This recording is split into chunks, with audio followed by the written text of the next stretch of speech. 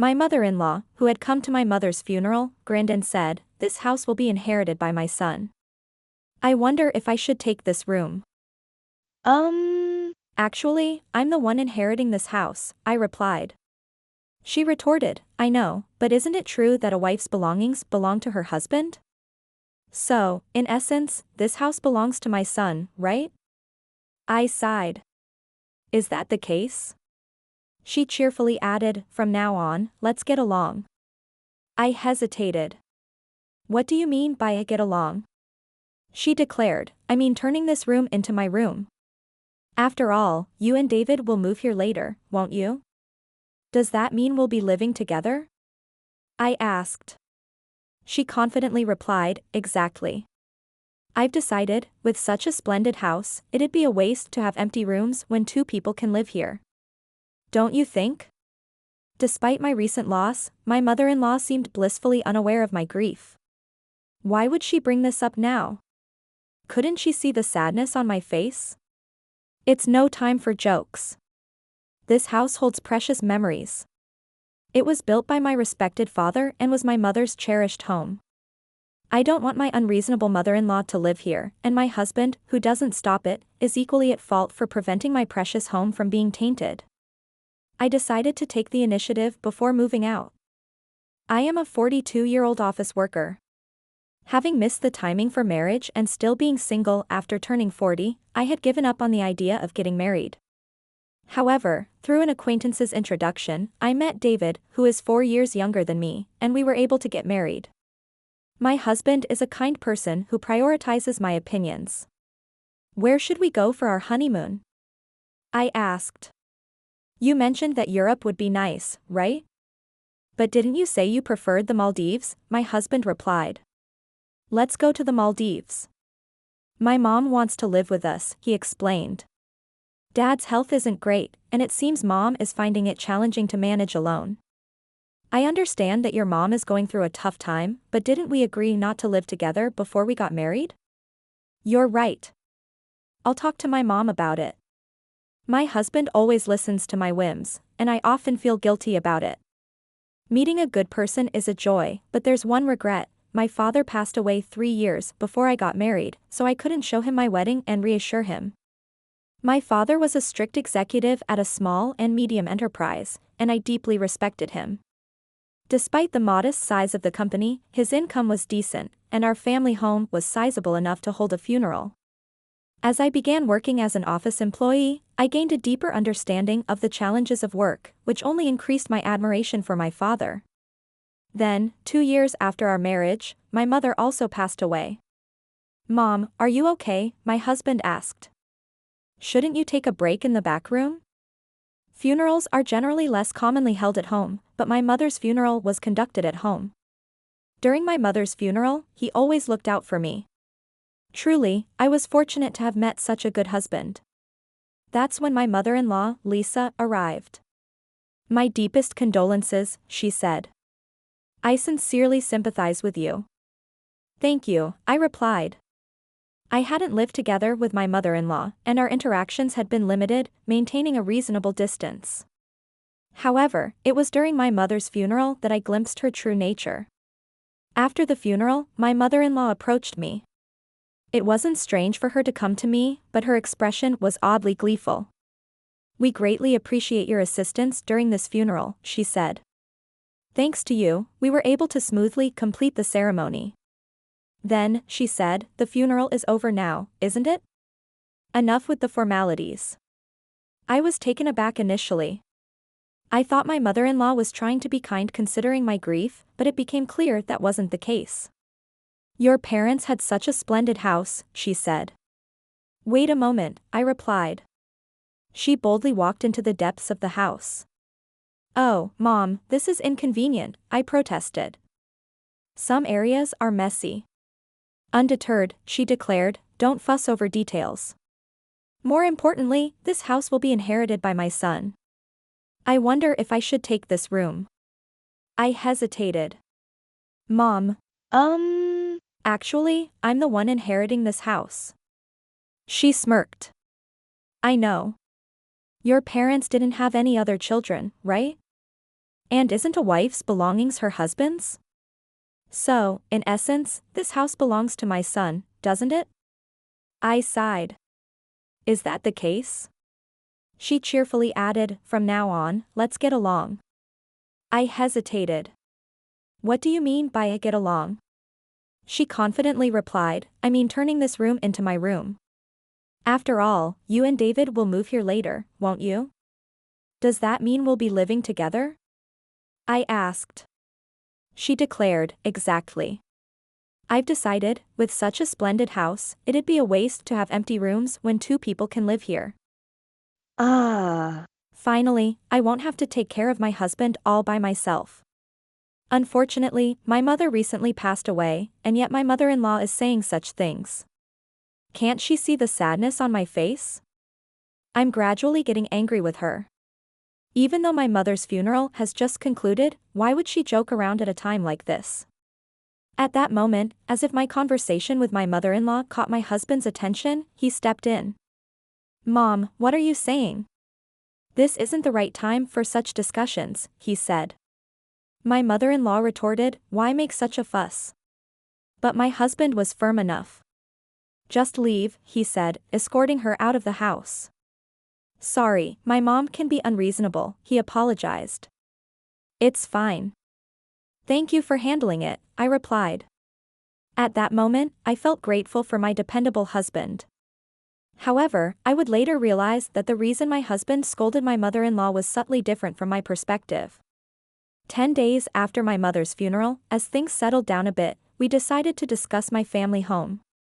It was then that my husband made an unexpected proposal. This apartment is cramped, I suggested. Shouldn't we move back to my parents' house? Yeah, you're right, he agreed. With more belongings and the possibility of having kids, it's better than squeezing into this tiny apartment. Well then, we should start preparing for the move, I said. Then, I have one thing to discuss regarding the move, he said hesitantly. What's the matter? I asked. He hesitated before saying, considering the spacious house, and all the empty rooms, I thought maybe my parents could move in with us. Wait, are you suggesting we live together? I asked, so surprised. My husband is kind, but recently I've noticed something. While I thought he always prioritized my opinions, I wonder if he's just a yes man. Could he be an outright pushover? His suggestion about living with my mother-in-law and the way he complies with her requests for my persuasion makes me wonder. Moreover, despite knowing I'm against cohabitation, he repeatedly proposes it to me, prioritizing her over me. Haven't I said it repeatedly? We won't live together, I remind him. He responds, but Mom keeps insisting on it. During the funeral, you scolded her, didn't you? You stood up for me and opposed cohabitation, I said. Well, yes, I was upset about her barging into the house, but that doesn't mean I'm entirely against living together. I just thought such an important decision shouldn't be made casually in that setting. It was decisive, he said.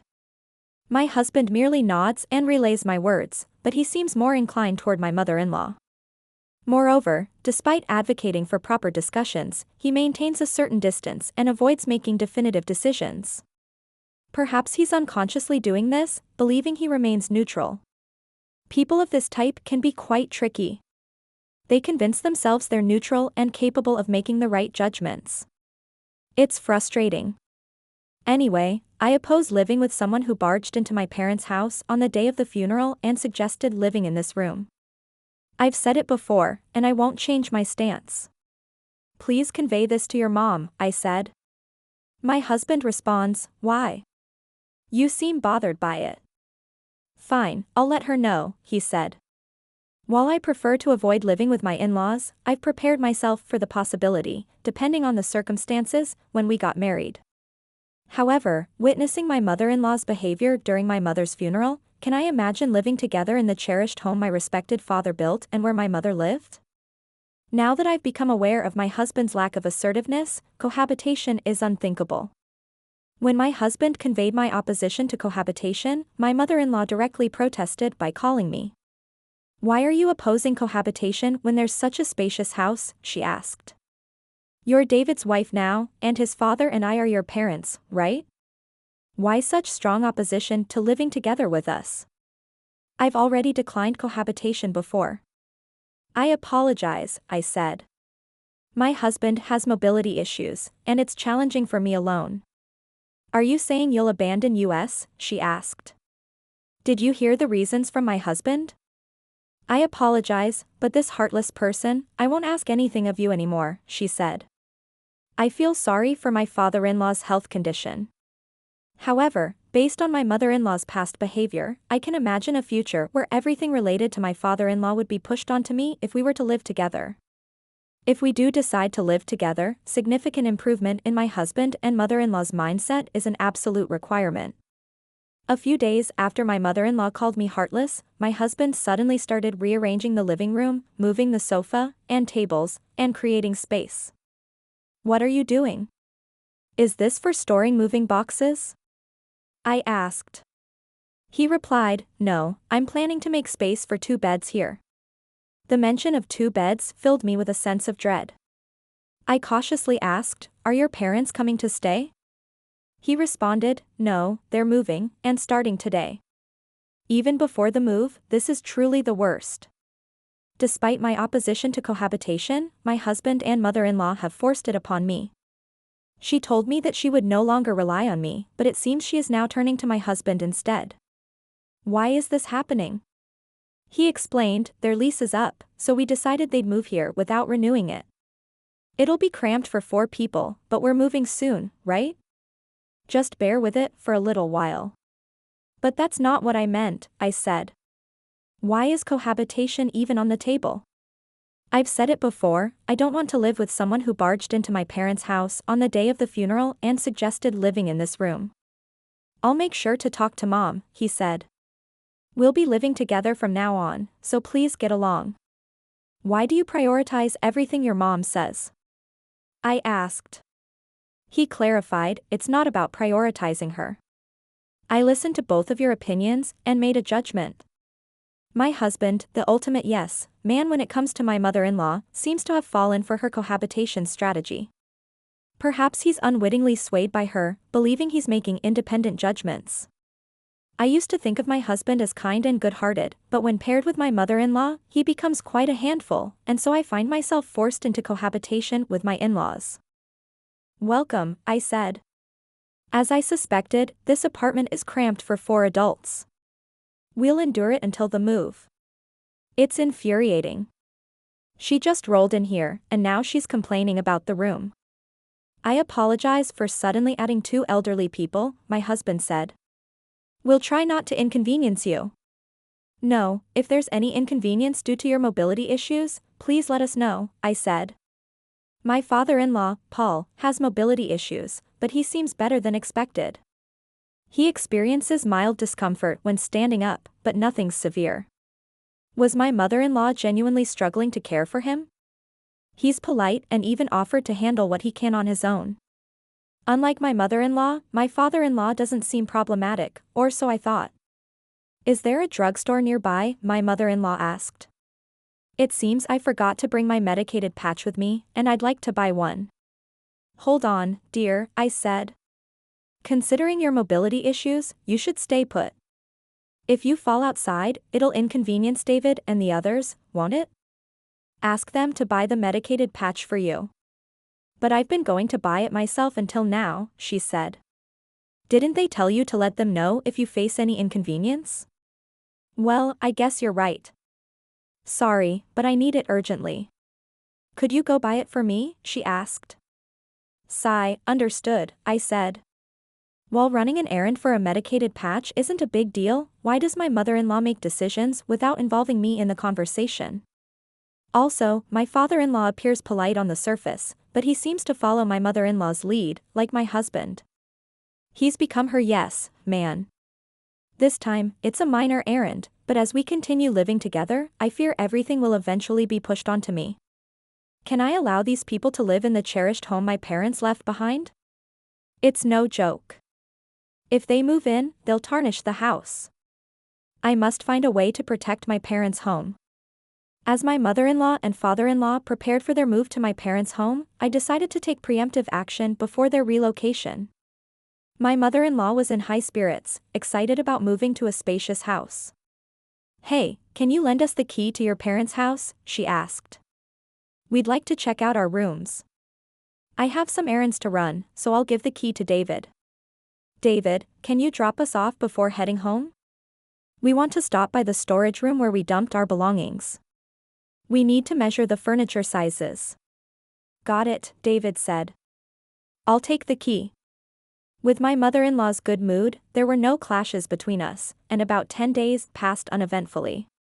However, behind the scenes, my preparations were progressing steadily. "All right, the moving preparations are complete," I said. "Soon, life in that house will begin."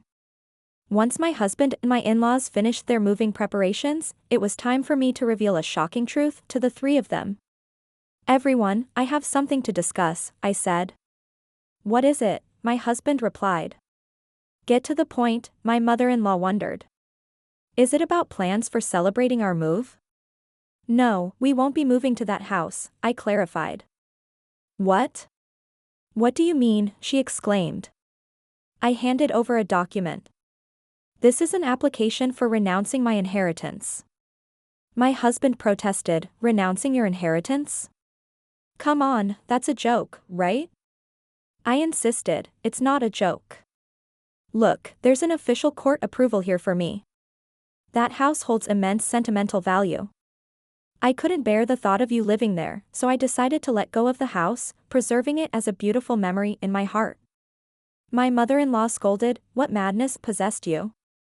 Even if you were letting it go, you could have sold it for money. Why abandon the house?" I explained, "Even if I sold it, you'd just rely on that money next. I thought it'd be clearer if I simply had nothing." She retorted, "We moved out of our previous place for this move, you know. What are you doing? How will you make it up to us?" I stood my ground. "I've consistently opposed cohabitation, yet without proper discussion, you forced it upon me, so I took a firm stance." Upon learning that I had renounced my inheritance, both my husband and mother-in-law seemed stunned. Their faces drained of color. They were speechless, their strength sapped. My father-in-law looked bewildered as he observed the two of them. However, I wasn't about to let up. "David," I continued, "I've been thinking about getting a divorce. What do you think?" "Huh, divorce?" my husband stammered. "David, you should divorce this ridiculous wife immediately," my mother-in-law chimed in. I had anticipated her immediate demand for divorce. What I wanted to confirm was whether my husband could make an independent decision at this critical moment. If he deferred to my mother-in-law now, it would make our future together even more challenging. "Even if you're suddenly asked about divorce, it's troubling, Mom," my husband mumbled. His response was still pending, but my resolve to proceed with the divorce had solidified. "Fine, divorce is the only option," my mother-in-law snapped. "David, it can't be helped. Your mom insists," my father-in-law interjected.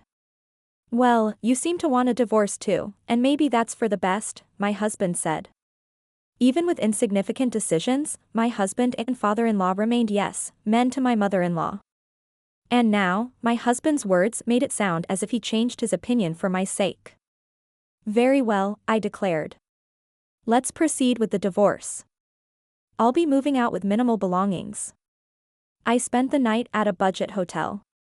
The next day, I had urgent matters to attend to, so I took half a day off work and headed back to the courthouse. A few days later, my mother-in-law called me. "You? What's going on? It seems that house is becoming yours." "Why the sudden outburst?" she said. Did you find out through the estate division process?" I asked. "Yes, that house belongs to you," she said. "You forged documents and deceived us." "Why would I forge documents meant for court submission? Those are genuine." "Then why is the house becoming yours when you were supposed to renounce the inheritance?" she asked. "Well, right after that, I promptly withdrew the application, you know," I said. "Renouncing an inheritance is difficult once the application is accepted." However, it takes about a month for the renunciation application to be accepted, during which time it can be withdrawn at any point. The documents I showed my in-laws were not acceptance related, they were from the application stage. I intentionally made them believe I had relinquished the house and confronted them with the prospect of divorce to gauge their reactions and decide my next steps. I didn't expect my mother-in-law's mindset to change, but I hoped my husband would reconsider and express that he didn't want a divorce.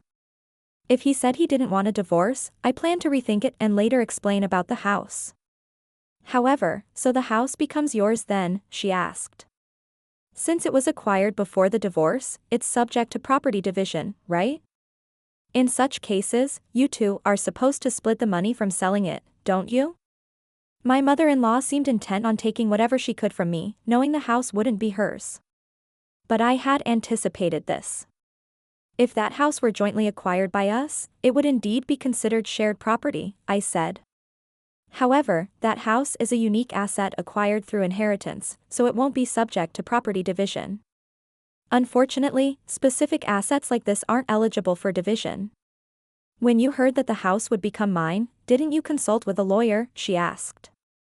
If David had paid off the house loan or covered renovation costs, those expenses might have been considered for division.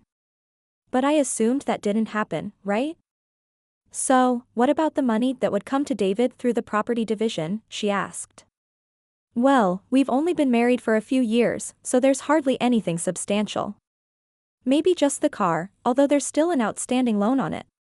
You're going to selfishly claim the inheritance, aren't you? She asked. Heartless. I'm protecting that house because it holds precious memories of my parents, I said. I don't want people like you living there. If you have any further complaints, please go through a lawyer. After the call with my mother-in-law, divorce proceedings proceeded smoothly. Presumably, she urged my husband to divorce me promptly. Regardless, the divorce was finalized, and I no longer had to contend with my in-laws. I felt a sense of relief as if I'd successfully safeguarded my father's home from harm. After I moved out, my former in-laws spent some time in the apartment where my ex-husband and I used to live. The apartment wasn't very spacious, so even with one less person, it must have felt quite cramped. My former mother-in-law explored new housing options, but due to their age, my ex-husband's parents faced challenges passing rental application screenings. Consequently, my ex-husband decided to rent a smaller single-family home for them to live together. Although it's smaller, it's still a house, so the rent is likely higher than what they paid for the apartment. He'll also need to support his parents going forward. My ex-husband is probably in for a challenging life. My former mother-in-law was excited about moving into the large house my father left behind, but now she's settling for a considerably smaller home. I imagine she's quite disappointed. As for me, I've started a new life in the house my parents left behind. It feels warm as if my parents are still there with me. How did you find this story? If you enjoyed it, consider subscribing to the channel. Until next time. Let's conclude the story shortly. The protagonist, having successfully protected her parents' home from her manipulative mother-in-law, finds solace and comfort in the house, feeling the warmth of her parents' presence. The divorce, while initially painful, brought a sense of liberation and allowed her to start anew. Her ex-husband, unfortunately, remains entangled with his mother, who continues to exert her influence, leading him to a life of financial and emotional strain. His attempts to appease his mother ultimately lead to his struggles. The story ends with the protagonist finding peace in her parents' home, a testament to her strength and determination in safeguarding what matters most. Her journey highlighted the importance of standing up for oneself, even in the face of manipulative and demanding family members.